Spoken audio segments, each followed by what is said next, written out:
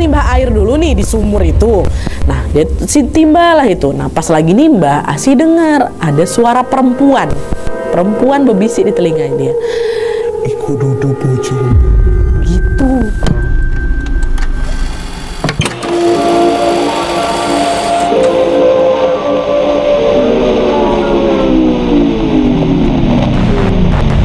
Oke, jadi kisah ini dikirim sama Wak kita yang bernama Onsa dari Surabaya, Jawa Timur. Halo Onsa. Nah, kisah ini terjadi pada tahun 60-an dan dialami oleh neneknya yang kita sebut aja namanya Nenek Asih. Dan tanpa mengurangi rasa hormat juga, aku akan langsung menyebut dengan namanya aja, Wak ya. Nah, jadi ceritanya pada masa itu Asih ini sudah berumah tangga, Wak, dengan seorang prajurit angkatan laut yang bernama Jaka. Nah, karena tuntutan profesi, Jaka ini dipindah tugaskan ke Surabaya, Wak. Jadi, ya udahlah itu Asih sama 4 anak mereka yang waktu itu masih kecil-kecil ikut pindahlah itu ke sana juga. Nah, selama di Surabaya, Asih sama Jaka ini sepakat untuk sekalian beli rumah aja, Wak. Jadi nggak ngontrak atau tinggal di rumah kerabat gitu atau di rumah dinas juga enggak. Mereka mau beli rumah. Nah, lalu mereka mulai survei-survei rumah lain, Wak, sampai akhirnya ketemu sama satu rumah yang cocok. Dari segi harga, ukuran, kondisi bangunan dan juga akses jalanannya semua oke, Wak. Tapi ada satu hal yang masih ngeganjel di hatinya si Asih, yaitu wilayahnya masih sepi kali. Asih bilanglah ke Jaka, Mas, ini kira-kira aman nggak ya kalau kita tinggal di sini? Di kompleks ini baru ada 3 rumah aja loh, Mas, termasuk rumah ini. Selebihnya cuma kebun.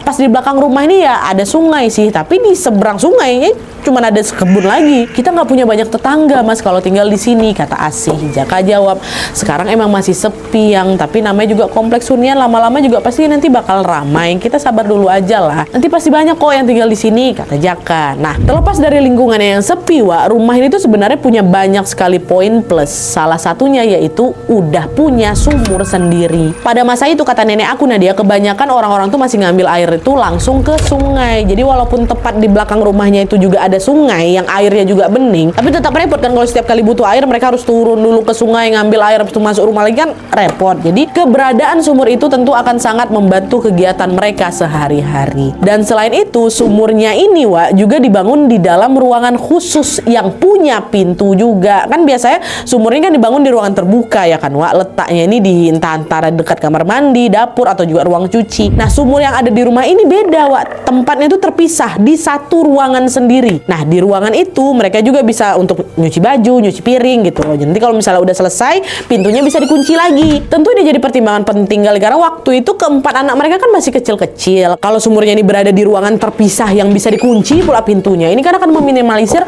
kemungkinan anak-anak mereka nyebur atau kepleset ke sumur waktu lagi main ya kan, jadi bisa lebih aman lah gitu. Nah, akhirnya dengan semua pertimbangan tadi, mereka akhirnya mantap untuk membeli rumah itu. Lalu nggak lama kemudian mereka sekeluarga pun mulai pindahlah ke sana.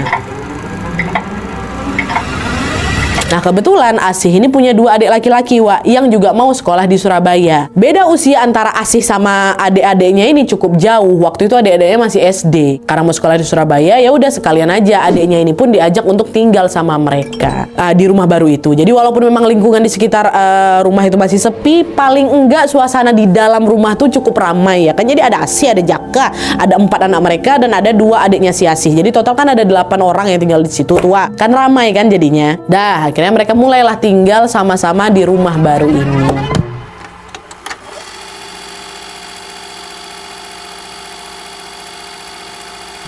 Nah, Asih ini, Wak, punya kebiasaan bangun tengah malam buat sholat tahajud dan juga beres-beres rumah. Kebiasaan itu masih Asih lakukan pas dia udah pindah ke rumah baru ini juga. Tapi siapa sangka kalau dari sinilah serangkaian kejadian horor mulai terjadi ya.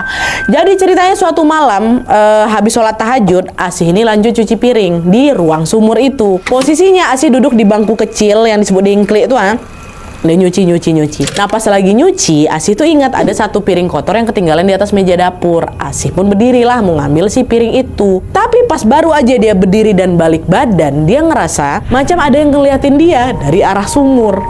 Pas si Asih nengok, nggak ada siapa-siapa, Wak. Saya bilang, oh, perasaan aku aja mungkin ya, kata si Asih. Dah, Asih lanjutlah jalan lagi. Tapi pas baru aja melangkah, lagi-lagi Asih ini ngerasa macam ada yang ngawasin dia dari belakang tuh loh. Di situ Asih nggak takut, Wak. Yang ada dia malah penasaran. Memang dasarnya si Asih ini orang pemberani juga. Nah, terus tanpa nengok ke belakang, Asih ini berusaha untuk kayak ngintip dari ekor mata tuh loh. Dan samar-samar waktu ngintip dari ekor mata itu dia ngelihat ada sosok tinggi besar lagi duduk di sumur itu, di atas sumur tuh lagi duduk. Dia nggak bisa ngelihat wajah sosok itu dengan jelas, Wak. Tapi Asih tahu ini ada orang yang duduk nih. Cuman pas Asih betulan ditengoknya langsung ke belakang, nggak ada sosok itu. Udah nggak mau ambil pusing di situ, Asih lanjut lagi nih jalan ke dapur ya kan. Nah lalu waktu dia jalan lagi, samar-samar Asih denger ada yang ngikutin langkah dia dari belakang, ya kan? Jangan ganggu toh, aku lo nggak gangguin kamu, kata sih kayak gitu. Dan habis dia ngomong itu, Wak, suasana langsung kerasa normal lagi. Setelah dia ngomong itu kayak nggak ada lagi, Wak, yang ngawasin dia atau ngikutin dia lagi. Betulan macam hilang gitu. Dah Asih langsung ambil piringnya tadi dan lanjut cuci piring kayak biasa. Besok harinya pas langit udah terang nih, semua orang di rumah pun mulai beraktivitas lah ya kan. Seperti biasa kegiatan Asih setiap pagi adalah masak di dapur yang lokasinya memang dekat sama sumur, Wak. Jadi mau ke dapur itu ada macam lorong, ini ruang sumurnya, situ dapurnya gitu loh. Nah pas lagi masak itu tiba-tiba Asih keingat sama kejadian semalam. Yang tadi malam ngawasin aku tuh apa ya gitu pikirnya si Asih. Nah karena penasaran Asih iseng masuklah dia ke ruang sumur di sebelah itu, Wak, untuk ngecek keadaan di sana. Nah pas pintu itu dibuka ya udah ruangan kayak biasa aja. Asih balik lagi ke dapur. Tapi di tengah jalan Asih denger ada laki-laki ngomong, Apa kenalan tak? kata dia gitu, ya Allah. Suara itu kedengar jelas sekali kata nenek aku Nadia dan berasalnya dari ruangan sumur. Asih buru-buru balik lagi ke sana, Wak. Tapi kali ini Asih nggak ngebuka pintunya, enggak. Asih cuman bilang dari luar, gak usah bercanda ya. Nggak apa-apa kalau kamu mau tinggal di situ, tapi jangan pernah nampakin diri kamu di depan keluarga aku, kata si Asih. Dan sosok itu udah dia nggak jawab apa-apa lagi. Pergi lagi si Asih. Nah setelah ditegur sama si Asih, sosok itu memang nggak gangguin lagi, Wak. Suasana di rumah itu juga terasa aman-aman aja lah beberapa hari ke depan. Tapi ternyata selang beberapa bulan kemudian, gangguan yang lebih ekstrim terjadi lagi di rumah.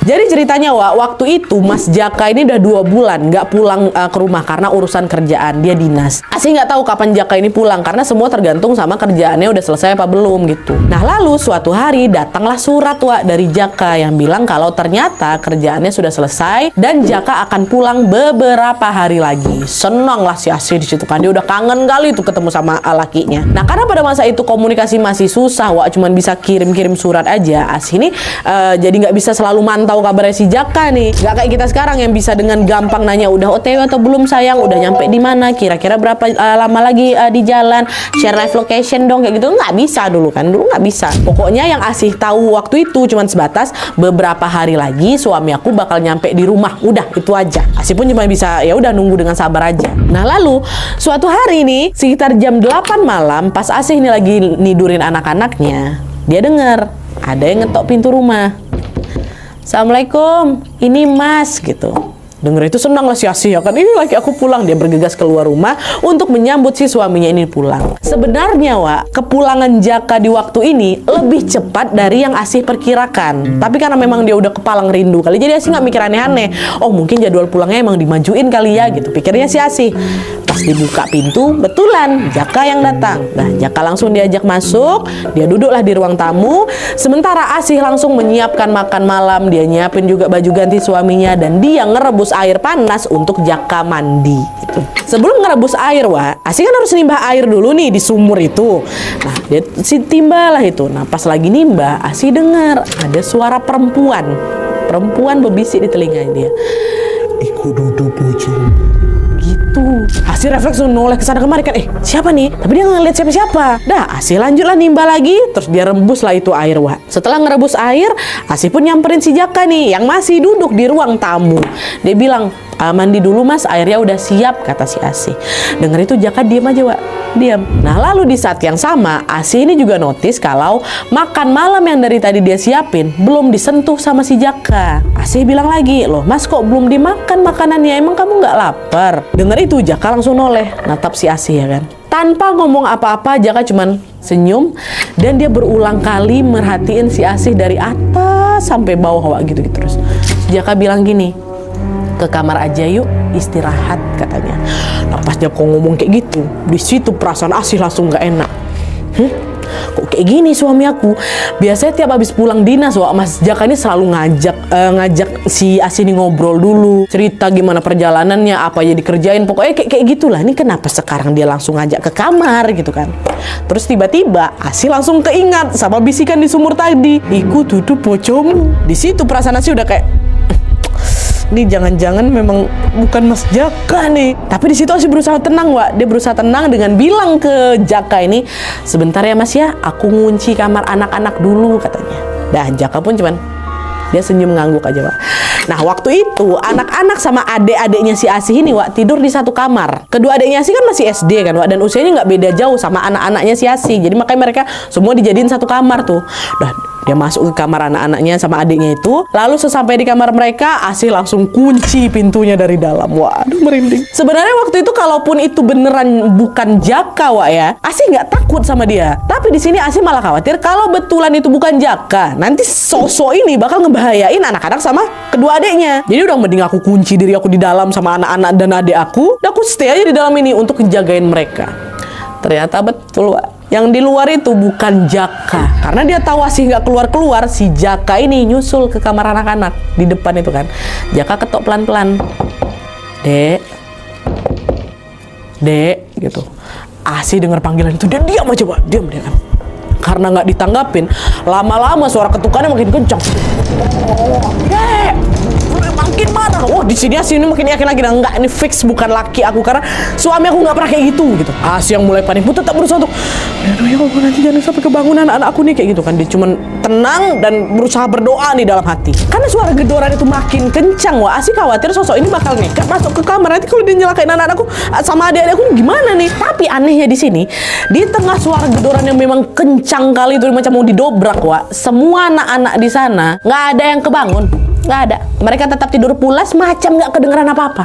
Bisa loh namanya kayak gitu. Padahal tuh kencang kali digedor. Asih juga nggak mau ngebangunin mereka. Yang bisa Asih lakukan pada saat itu cuman tetap waspada sambil terus berdoa, ya kan. Masih tuh gedor. Si diam aja. Terus nggak lama suara gedoran pintu tuh mulai berangsur-angsur menghilang.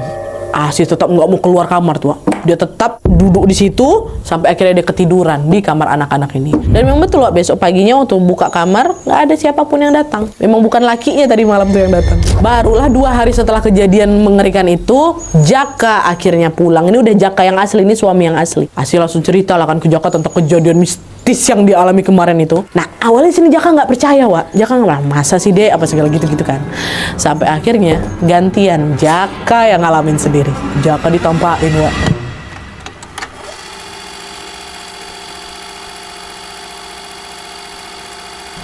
Jadi ceritanya suatu pagi, Wak, pas Jaka ini mau sholat subuh, dia nimba air dulu kan untuk wudhu. Nah, entah kenapa hawa pagi itu rasanya beda kali, kata Jaka. Perasaan Jaka udah mulai gak enak di situ. Nah, lalu pas Jaka ini selesai nimba dan mau keluar dari ruangan sumur ini, Wak, tiba-tiba ada yang bilang, Wes mulai tak? gitu.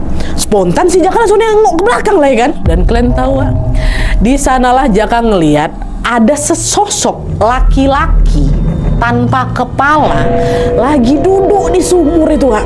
Sosok itu pakai baju panjang, ya kan, bajunya panjang, celananya panjang. Terus dia pegang rokok yang menyala. Padahal dia nggak punya kepala tuh, cuma dia pegang rokok. Ngeliat itu shock lah si Jaka ini kan. Dia mau teriak nih, tapi suaranya nggak keluar. Dia mau lari juga nggak bisa, badannya tiba-tiba nge-freeze. Kayak gitu. Akhirnya Jaka cuma bisa tutup matanya sambil baca doa dalam hati itu kan. Jaka nggak berani buka mata lagi, Wak. Dia nggak tahu sosok kepala buntung tuh masih ada di depan dia apa enggak. Nah, lalu di saat yang sama Asih yang juga mau sholat subuh nyusul Jaka ke ruang sumur. Dan waktu dia masuk, Wak, kaget lah si Asih di situ. Dia ngelihat suaminya berdiri mematung gitu, mata ketutup, tegang badannya, keringat dingin udah bercucuran, badannya gemeteran. Ditepuk lah pundak sama si, mas kenapa mas? Sadar mas, ada apa? Nah, habis ditepuk Asih nih, Wak, barulah badannya si Jaka tuh bisa digerakkan lagi. Dek, astagfirullahaladzim. Dek, tadi ada itu, Dek. Itu apa? Nggak ada apa-apa. ada kepala buntung, Dek. Dia duduk di sumur, kata Mas Jaka kayak gitu. Denger itu, Asih langsung tahu kalau apa ini maksud sama suaminya itu pasti sosok penunggu sumur yang selama ini gangguin aku. Tapi Mas Asih ngecek ya memang nggak ada apa-apa, Wak. Nggak ada apa-apa kok, Mas. Udah tenang aja yuk, udah kita sholat subuh aja yuk. Udah lah, subuh langsung buru-buru ambil wudhu, masuklah ke dalam sholat subuh berjamaah mereka. Setelah sholat, Wak Jaka masih kelihatan shock kali sama kejadian tadi, kelihatan kali dari muka ya. Akhirnya Asih nyuruh Jaka untuk istirahat di kamar. Dan ternyata hari itu Jaka langsung demam. Ngelihat Jaka yang ngedrop abis diganggu sama si sosok penunggu sumur, Asih jadi khawatir. Kalau nanti kejadiannya makin parah kayak gimana ya? Mas Jaka loh sampai ngedrop kayak gini, apalagi nanti ke anak-anak. Asih pun diskusi lah sama Jaka untuk menentukan solusi dari masalah ini. Jaka bilang, Dek, ini udah bahaya nih, Dek. Udah kita tutup permanen aja lah itu sumurnya. Tapi kalau sumurnya ditutup, kita ambil airnya dari mana, Mas? Dari sungai. Udah dari sungai aja nggak apa-apa, atau juga airnya bening kok. Tapi malah makin seram lah, Mas, kalau ngambil air di sungai. Aku kan sering bangun malam-malam buat sholat tahajud, buat cuci piring, buat lanjut kerja lagi. Masa jam segitu aku harus ke sungai dulu? Iya sih. Tapi kayak gimana ya? Apa nggak usah ditutup dulu sumurnya? Iya, Mas, sudah nggak usah ditutup dulu. Semoga habis ini dia nggak ngegangguin kita lagi gitu, kata si Asih. Ya udahlah, Dek, banyak-banyak berdoa aja lah kita ya gitu. Sempat mau ditutup tuh, cuman nggak jadi.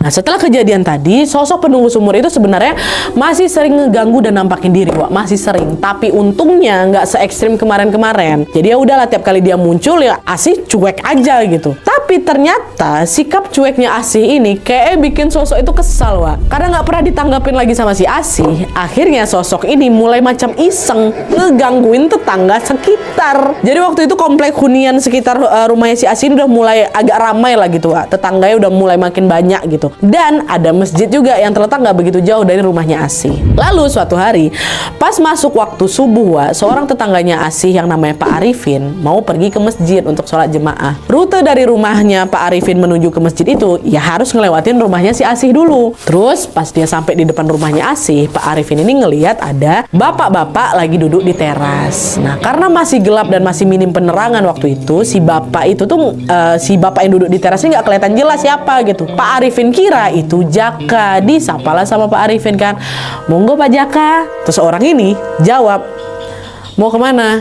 Mampir sini dulu katanya. Nah, pas Pak Arifin mau ngejawab, Wak, si bapak ini yang lagi duduk ini tiba-tiba macam dia bangun jalan cepat gitu loh. Jalan cepat, kalian bayangin dia jalan cepat nyamperin si bapak ini. Nah, pas jaraknya udah mau makin dekat sama Pak Arifin, barulah kelihatan kalau si bapak itu bukan Jaka, melainkan sosok laki-laki, kakinya pincang, gak punya kepala, terus pegang rokok di tangannya.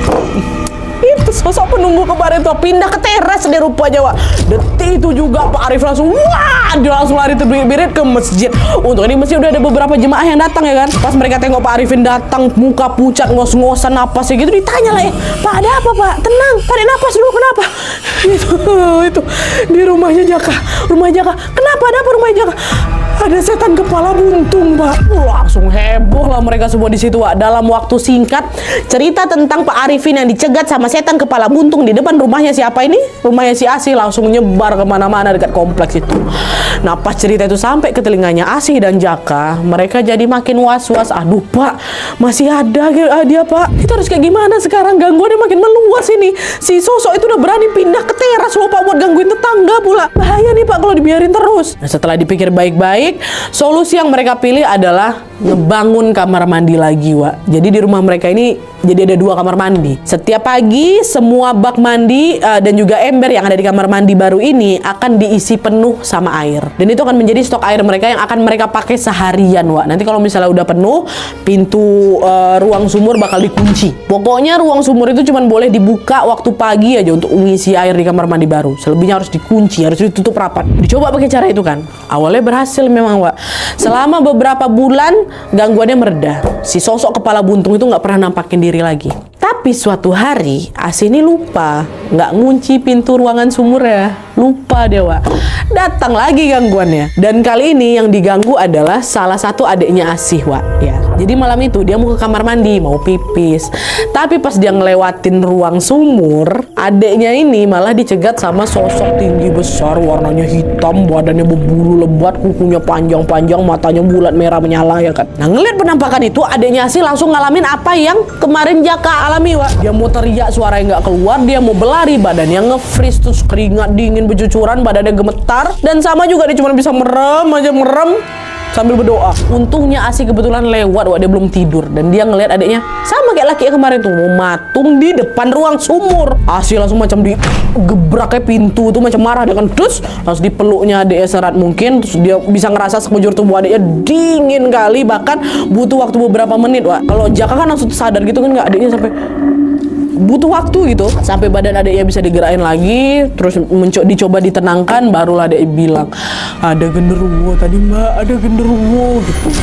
Udah kamu tenang, udah nggak ada kok, udah hilang gitu, kata si Asih. Nah pas dengar cerita dari adiknya ini, sebenarnya Asih juga heran, kok tumben kali yang muncul malah genderuwo, ya kan biasanya kan kepala buntung, ya apa jangan-jangan genderuwo ini jelmaan dari kepala buntung ini. Tapi nggak tahu tuh, Asih nggak tahu pasti siapa sosok itu sebenarnya. Cuman yang jelas kejadian ini bikin Asih yakin untuk mengambil solusi pamungkas, yaitu bukan cuma sekedar kunci pintu ruangannya aja, tapi tutup sumurnya secara permanen. Adiknya udah ditampain ya kan. Tanpa buang waktu lagi, Asih pun langsung nyari tukang dan beli semua material yang dibutuhkan untuk nutup si sumur itu. Sebagai gantinya, Asih langsung beralih ke pompa air. Lalu tepat malam hari sebelum sumurnya itu ditutup, Wak, Asih tiba-tiba dimimpin sesuatu.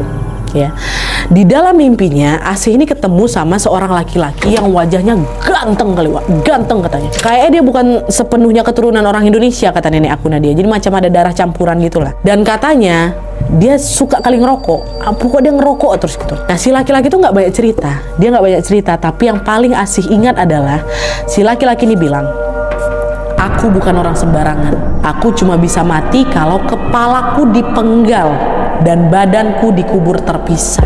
Aku udah lama tinggal di sini karena badanku dikubur di dekat sini. Sedangkan kepalaku dikubur di tempat lain yang jauh kali dari sini. Itu katanya. Langsung terbangun si Asih dari mimpinya kan. Walaupun sosok itu nggak ngejelasin secara detail siapa dia sebenarnya gitu, tapi paling enggak sekarang Asih tahu kenapa dia selalu nampakin dirinya di sekitar sumur. Ternyata badannya memang dikubur di situ, Wah. Dan kenapa kepalanya itu buntung? Karena dia meninggal dengan cara dipenggal kepalanya. Nah setelah tahu cerita tentang si sosok penunggu sumur itu, Asih pun langsung ngedoain si sosok ini semoga udah kok tenang aja di alam sana gitu loh. Nggak ada juga keinginan dalam benak nenek aku untuk nyari di mana kuburannya, Nadia. Kalau badannya memang udah dikubur di sekitar sumur itu, ya udahlah biarin aja lah. Yang penting dia jangan ganggu lagi. Lalu sesuai dengan rencana awal tadi, Wak, Asih tetap nutup sumur itu secara permanen. Dan setelah sumur itu ditutup, keadaan pun berangsur-angsur normal, Wak. Si sosok laki-laki kepala buntung itu udah nggak pernah muncul lagi, kata nenek aku Nadia. Asih sama keluarganya pun bisa tinggal nyaman di rumah itu. Oke, Wak, jadi itu tadi pengalaman horor yang dialami sama nenek Asih selama tinggal di rumah baru. Ini sedikit tambahin informasi aja, Wak, ya. Kakak Onsa atau Wak yang ngirimin cerita ini bilang kalau kakek Jaka sudah meninggal sejak tahun 70-an. Sedangkan nenek Asih meninggal 2 tahun yang lalu, di tahun 2023 kemarin. Kita doakan sama-sama semoga kakek Jaka dan juga nenek Asih mendapatkan tempat terbaik di sisi Allah Subhanahu wa Ta'ala, Wak, ya. Dan by the way, rumah yang aku ceritakan ini masih ada, Wak. Sekarang rumah itu ditempatin sama anak bungsunya nenek Asih atau omnya Osan. Kita doakan juga semoga Osan, omnya, dan semua keluarganya Osan selalu berada di dalam lindungan Allah juga, Wak, ya. Semoga mereka dan kita semua selalu terhindar dari bahaya dan juga dari gangguan-gangguan horor seperti itu. Terima kasih banyak Osan sudah berbagi cerita ke kita semua. Oke, Wak, jadi sekian dulu videonya. Terima kasih banyak yang sudah menonton. Kalau kalian suka video ini, klik like-nya. Jangan lupa komen di bawah tidak ada dan saran-saran untuk video selanjutnya. See you next video, Wak. Bye.